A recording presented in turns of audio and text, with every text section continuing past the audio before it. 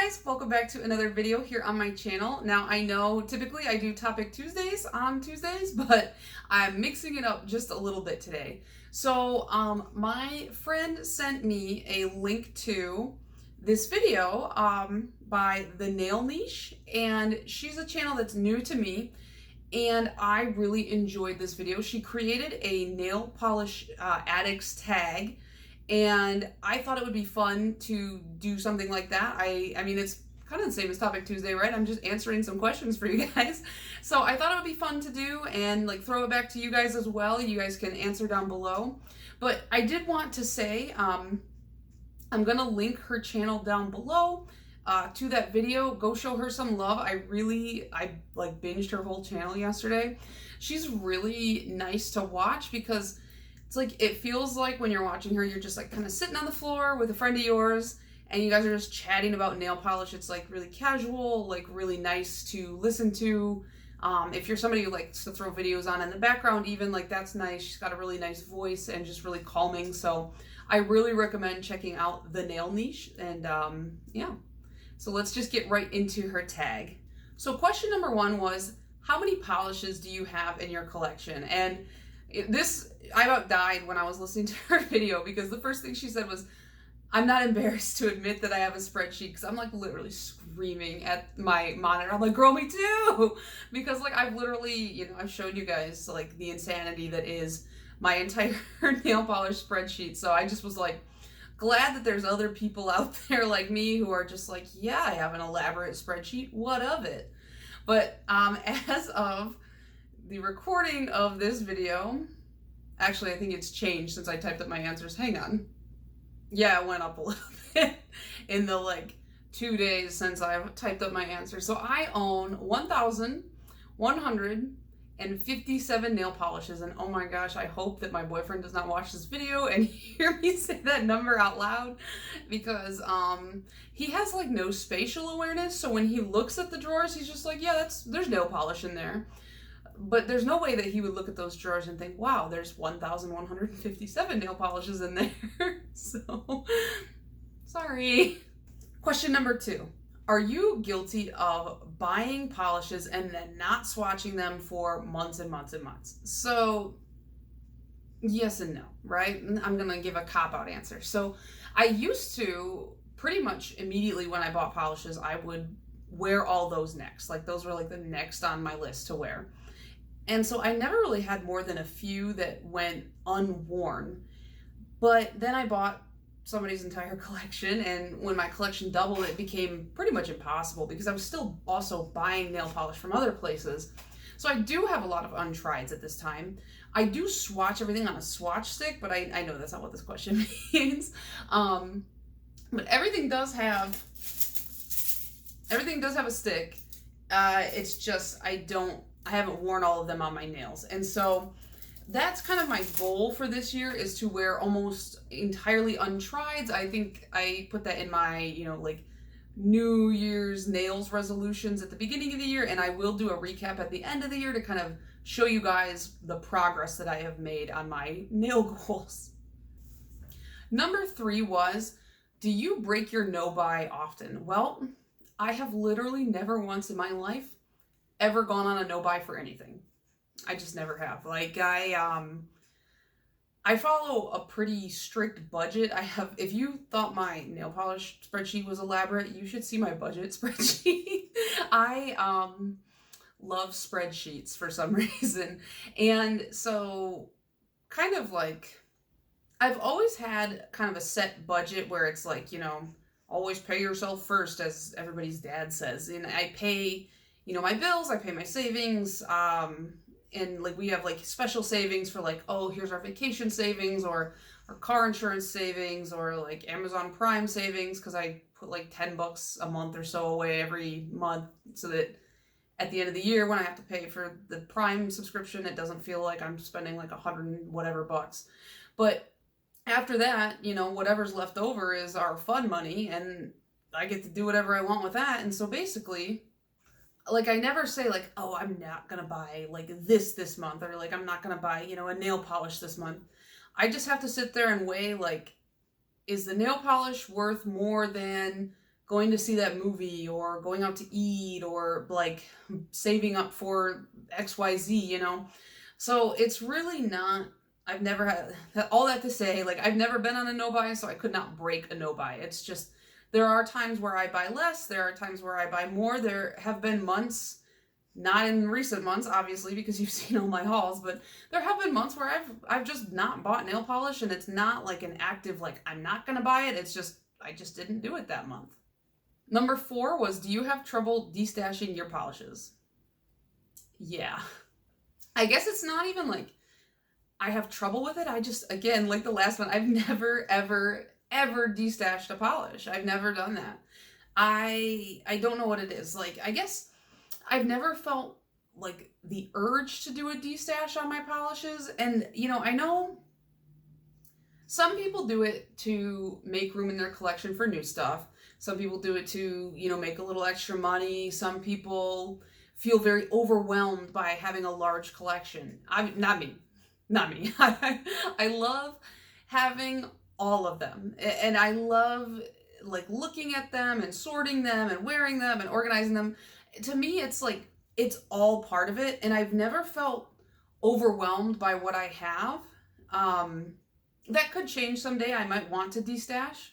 But I love my big collection. I like having a lot of it. I like to, every once in a while, just resort it for no reason. So to me, it's like, no, I probably never will do a destash until, like, if one day I'm inevitably like, I'm done, which I doubt will ever happen, but I can't see myself ever really getting rid of any of them unless they are empty or unsalvageable, and that's it, you know? But that's just me. And I love that people destash their polishes because I get to buy them and I get to add them to my collection. So, you know, I benefit from the destashes even if I never do them. Question 5 was, what do you think about going cruelty free? And for me, I think that it is a really admirable thing. I really respect people who go cruelty free and brands who strive to maintain that like cruelty free status. I think that that is really significant. And I'm glad that there are people out there who put in that extra effort.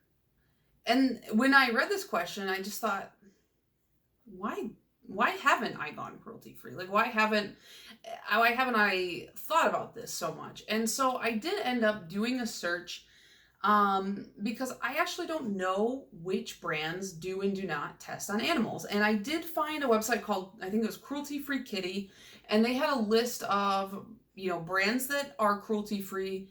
They had a smaller list, which I'm sure like neither of these are, you know, complete lists, but just it gave me a brief idea. And they had a smaller list of brands that do still test on animals. Out of like the brands that were on the like still test on animals side, there are a couple brands that I have purchased from recently, and they would be probably no skin off of my back if I stopped purchasing from them. I think it was like OPI, Sally Hansen, and Sinful Colors. You know, those were 3 that I saw that I'm like, oh, I do still buy from those occasionally. And I was just like, really, who's it gonna hurt if I stop buying from these? So I think that it is something that I would like to look into. If somebody knows of a good source, or if you feel like Cruelty Free Kitty is a good source, let me know, because I would like to do a little bit more research on that and just see like how I could kind of get onto that movement as well, because I am pretty interested in it. Number 6 is, what's the first thing you look for in a nail polish before purchasing? And I think it's funny because I did recently do a video about this back in August, and I will link it up in the cards. But I feel like I've kind of changed focus a little bit since I made that video. And I've really been thinking, like, is this color actually unique to my collection? I'm trying to be more focused on that kind of a thing, because as much as I'm like, oh, I love having, you know, a million of every color, I would like to focus more on unique colors into my collection now, because I've just been so enamored by indies that I really want to make sure that my dollars count there, because indies, you know, they don't go on sale as often. They are a little bit more expensive than mainstream. And so I think to me, it's more important to make my dollar count on the indies. And so I've been really focused on, like I said, is this color unique to my collection? And is this a brand that I can see myself purchasing from again in the future? And like what I mean by that is, do I respect their ethics? Because, there are some brands where I'm just like, you have beautiful colors, but like your owner or your practices are not great in my opinion. And so I refuse to buy from certain brands like that. And also it's like, is this color like the only color I could see myself buying from this brand, or do I see others in their lineup that I would like to purchase from? Because typically I don't like to own just like one from a brand, especially because I just feel like it messes with my whole system. I don't know. It just, like, that's not a great reason, but I just don't like owning only one from a brand. I think I like to have like minimum 3, because that gives you ample opportunity to kind of try a couple different finishes and things like that to really know if the brand is worth it. So I don't like to recommend brands to people where I only own like one-offs, because it could have been like the only good one. You know what I mean? So that's what I'm looking for right now. Number 7 is, have you ever had a nail polish break while in transit to you? And luckily I have not. The most I've had break on its way to me is, I actually have it right here. Why do I have this here? That was not planned. My box itself, the spinner broke. I don't know if it was in transit or just in the factory or what, but I emailed the customer service team and they sent me a brand new one that works just fine. So now I just have 2 of these boxes. But yeah, so I've never had like a polish itself break. I have broken a polish at home fairly recently. I dropped a julep from like maybe 1.5 feet in the air, but it landed on another nail polish bottle, and those bottles are really like long and skinny, and it just like snapped like a twig on the carpet. I was like, oh no. And I'm like telling my boyfriend, I'm like, go get paper towel, go get me a paper towel. And I'm like scooping the polish off of the carpet with my hand. And so my boyfriend, when I say bring me a paper towel, brings me the entire roll of paper towels. And I'm literally like sitting here with like a blob of nail polish on my hand. And it was a chunky glitter, like huge squares. And it got into the webbing of my fingers, and it cut, like the nail polish cut my finger. I was so mad. I was like, first of all, I liked that one because it was a really unusual topper, unlike anything I have in my collection. So I'm like, oh great, I broke a cool nail polish that I'm never gonna get again. And then I was just annoyed because I'm like, I'm scooping nail polish off of my carpet like a monster. And my boyfriend like just hands me an entire roll of paper towel. I'm like, got nail polish and glass everywhere. And I'm like, you do it. Like, what the heck? I don't know, guys. What a mess. And then he goes, is it salvageable? Like, no. There's glass everywhere, my guy. Like, what do you think? Oh. Okay, number 8 is, when your nails break, do you trim the rest down? And it's funny because the nail niche, she was like, I have a specific set of rules for this. And so do I. Our rules are different, but I think it's funny that like we all kind of think the same way in the nail community. So here's the deal. If a nail, like this is my good hand, my left hand, if a nail breaks, it depends on how far. If it only breaks just a little bit, I will file that one down, and I will keep the rest of them at their current length and wait for that one to grow in. If more than one nail breaks on that hand, they're all going. If my thumb breaks, however, we just leave the rest of them because you can't see my thumb in nail pictures. It's fine. So if my thumb breaks, I deal with that and I let that one grow out on its own, because my thumbs do just tend to break. My thumbnails, not my thumbs, my thumbnails tend to break a little bit more frequently than others. They just get weaker on the sides. I don't know. I think I just unwittingly am just using them more throughout the day. If a nail breaks on my right hand, I tend to just file them all down and restart, because my right hand, like I only file the ones on my right hand, but my right hand, you don't see it in pictures. And I am right-handed, so these nails are just way more banged up overall anyways, because I use my right hand way more for everything. So like they just peel more, they'll chip on the edges a little bit more. So it's just better for all of them to just get a fresh start when one gets messed up.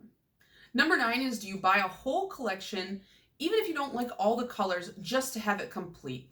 The answer is typically no. I have bought full collections where 1 or 2 polishes weren't like absolutely screaming my name, but there are, to me, valid reasons for that. Number 1, it's like cheaper to just buy the whole collection sometimes. So like, for example, Zoya will do like insane deals sometimes where either you get so many extra good things with the collection that it's worth it just to buy the full collection, because it would be cheaper to do that than buy the polishes you want and all the extras. Or I will do it for like sentimental purposes. So for example, with China Glaze, they had 2 runs of a Sesame Street collection. And Sesame Street, I mean, I've talked this to death. I've said this a million times, but I really loved Sesame Street as a kid. I have a lot of memories surrounding watching that and, my dad being there and just that kind of stuff. So I really wanted everything in that collection, even though there was one single polish that I knew was terrible. And it was like the one based off of The Count, I think. I can't even remember the name of it. It's so underwhelming. It looks like it's going to be this like almost white, ethereal, crazy cool purple. And then it's just clear on the nails. Like, I don't know what the point of it was. Like, the Zoya Naked Manicure Lavender Perfector is more pigmented than that purple polish was. And I'm just like, why did you guys release this? So that was a huge disappointment, but that's the only one. And I bought it just to have that like fully rounded set. So, and I got it super cheap. I think I bought it on Trans Design, so I didn't really, it was like $3. Come on, who cares?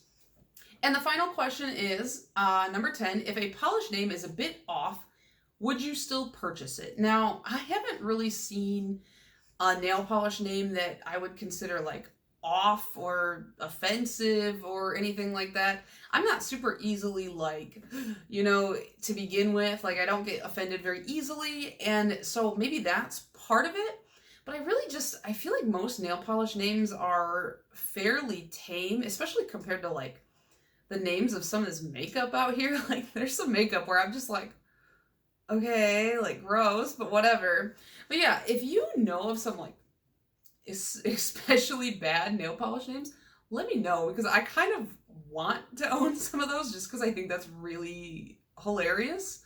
But yeah, like I said, I really can't think off the top of my head of even one nail polish where I was just like, why would you name it that? Because if there's something that somebody was like, oh, what are you wearing? And I was like uncomfortable with the name, I would probably just be like, oh, I forgot, but I don't know. I can't think of anything like that. So let me know if you guys can.